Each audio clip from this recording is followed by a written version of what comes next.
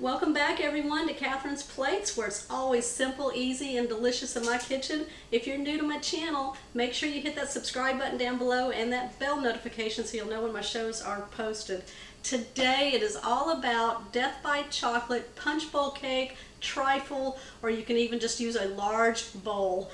Okay, this one is going to be really delicious. We are making this because we are going to follow this show up with a Q&A, and we have to eat something while we're answering all of your questions that you provided us. Oh, darn. I know, we're not going to have time to really put something together while answering your questions, so we're going to eat something and make you really jealous. All right, so if you're ready, let's go ahead with all the chocolates we can find. Now, I have made a punch bowl cake before, and everyone really loved that one. It had strawberries, pineapple, like Cool Whip. I mean, it had all deliciousness in there, and a cake too.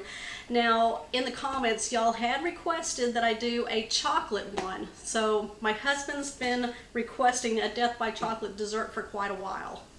So here we go. The first thing that goes into this is a cake. So we're going to be using a cake mix box here, and I'm going to doctor this up and make it a bakery style. I've got a 15.25 ounce size of dark chocolate fudge. Probably the most chocolate cake we could find. So we're going to put this into a large bowl.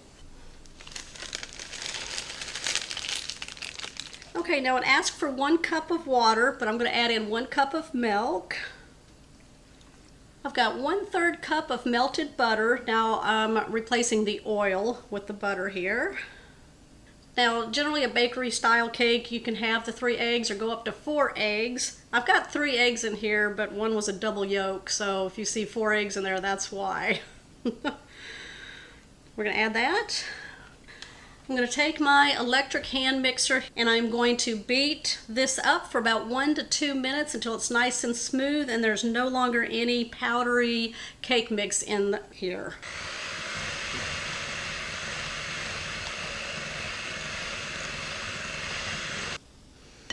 Nice and fluffy, just the way we want it. I'm going to take a sheet pan and I'm going to spray it with some cooking spray that has flour in it, or you can lightly grease it, put some flour in it, and shake it all around. Right, then what we're going to do is pour our cake batter in. Now you can use a 9x13, and you can use 2 9-inch pans, 2 8-inch pans. You can even use the cupcake ones if you want, because we're just going to break it up. Okay, so the size of my pan here is just a 17x13. I'm just going to smooth out the cake batter as evenly as possible. These size pans are really used a lot for Texas-sized cakes, those sheet pan cakes, roll cakes. I haven't rolled y'all a cake yet, but I'm looking forward to it. I'm going to place this in my oven that's been preheating at 350 degrees. Now I'm going to bake this for about 18 to 21 minutes because it is a sheet pan cake, a very long one, and that's how long you would want to cook cupcakes for. So now just make sure that you pay attention to the back of the box and the size of pan that you are using. All right, I'm going to be back. What we're going to do is let this cook. We're going to pull it out of the oven, do the toothpick test. I'm going to cool this down completely. We're going to start the second layer of our dessert. My first layer over there, the cake is nice and cooled. So we're going to make the pudding. Now I'm using a 5.9 ounce size of chocolate pudding, or you can use the 2 smaller boxes. I'm just going to add this to a large bowl. Oh. The directions on the back of the package say 3 cups of milk. We're going to do 4 cups of milk, and that will make it a really puddingy consistency, and that will help absorb into the cake. I'm going to be using the whisk attachment to my electric hand mixer, and I'm going to mix this until it's nice and smooth and all of the powder is incorporated in with the milk.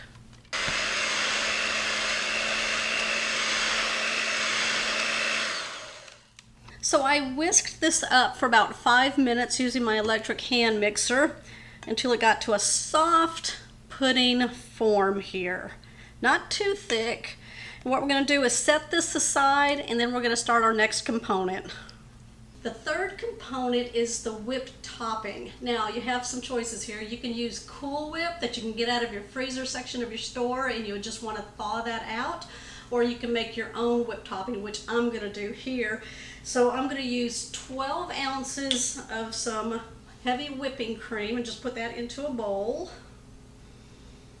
And let's see, that's about 1.5 cups. Now, if you're using the Cool Whip that you already get from the store, just 12 ounces. To that, I'm going to add 2 tablespoons of powdered sugar. Now, powdered sugar will help stabilize our Cool Whip. So when we make our dessert and you use this whipped topping and you add some powdered sugar to it, it'll keep it from breaking down and turning into milk. So it'll hold together longer.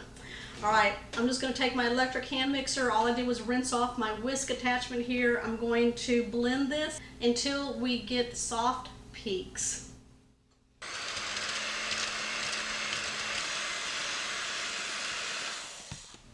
Oh yeah, that looks really good. You don't want to overmix it because you don't want it to curdle and turn into butter.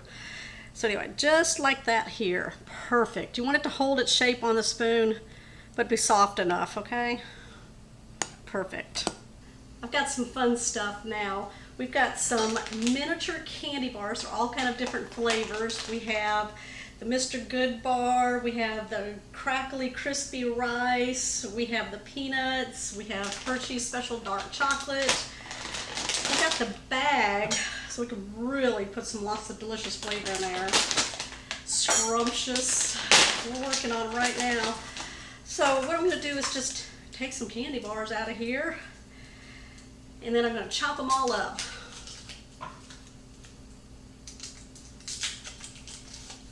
Hopefully, I'm not eating them all. It's so tempting.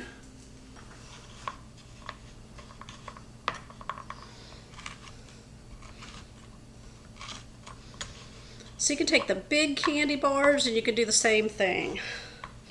Just mix and match all your favorite flavors. I don't know if I would do anything with caramel in it because the caramel might probably get hard because it's going to sit in the refrigerator.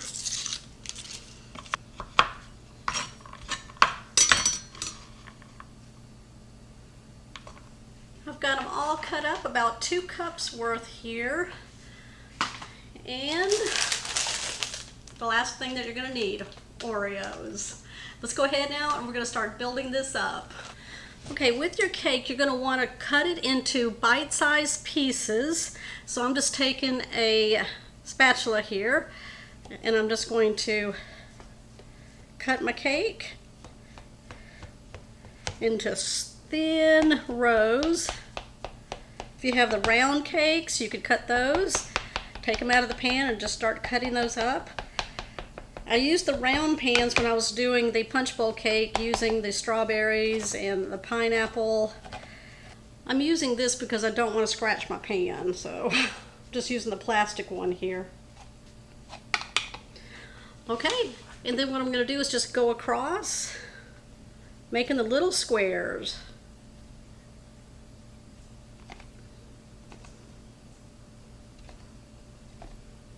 Okay, look at all our little squares. I've got my punch bowl out. Now, if y'all recall, about a couple of weeks ago, I made a punch bowl cake and I used a lot of fruit and it was so delicious. But we're not here for that. We're here for death by chocolate. So the first thing we're going to do is take 1/3 of our cake cubes and put them into the bottom of our punch bowl.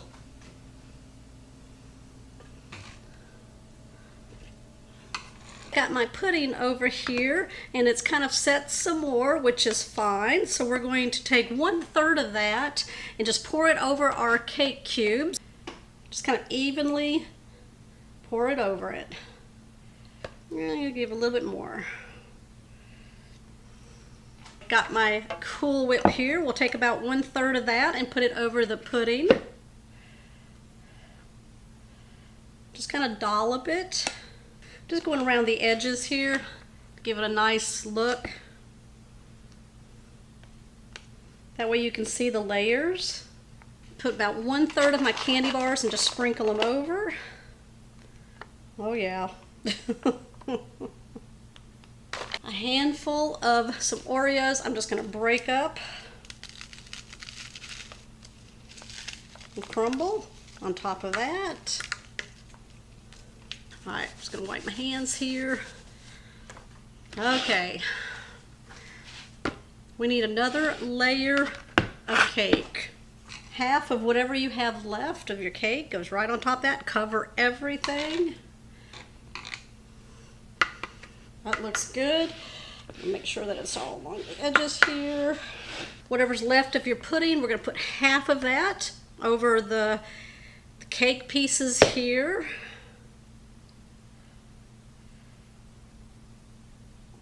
Try to go down the sides a little bit so that it can really show on the outside of your dish.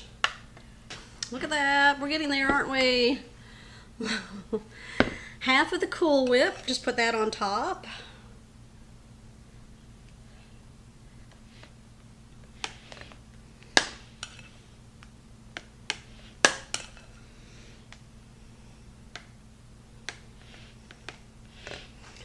All right, we're going to finish off with the rest of the candy bars here.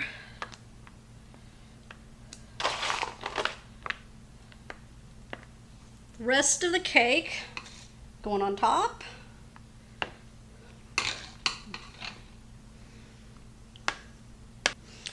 Okay, I got the pudding here. I'm going to put the rest of our pudding all over the cake. This is great for Father's Day, 4th of July, any holiday, any celebration. Boy, just move out some stuff out of your refrigerator. Let everyone eat the leftovers so that you can get some room in there for this delicious, scrumptious Death by Chocolate cake. All right, I might have to leave some pudding as a little snack. We'll just drizzle the Cool Whip around. Watch this finishing act. Okay, we're going to take our Oreos now, the whole Oreos, and we're just going to go around the whole outside of our punch bowl cake here. Death by Chocolate punch bowl cake. What do y'all think? All those different layers. Perfect for any gathering. Okay, this is what my husband Thomas and I are going to be noshing on while we are answering your questions in the next video. So what I'm going to do, I know, don't throw your spatulas at me, okay? I'm going to cover this up with some plastic wrap. I'm going to place it in my refrigerator. I've got a rotisserie chicken that I have to pull out and make for dinner tonight, a wonderful casserole dish that I'm making for you guys, so stay tuned for that. What's great about this is that the longer you let it sit in your refrigerator, the longer all those flavors just meld and marry together through the cake, the whipped topping, the pudding, the candy bars, and even the Oreos on top. They will get a nice little flavor from the pudding and the Cool Whip and that. So, think about that, you guys. Stay tuned for the Q&A session and see how this turned out. Okay guys, give me a thumbs up, comment down below. If you're new to the channel, make sure you hit that subscribe button down below and that bell notification. That way you'll know when shows like this one here are posted. I will see you over on the Q&A show, so stay tuned.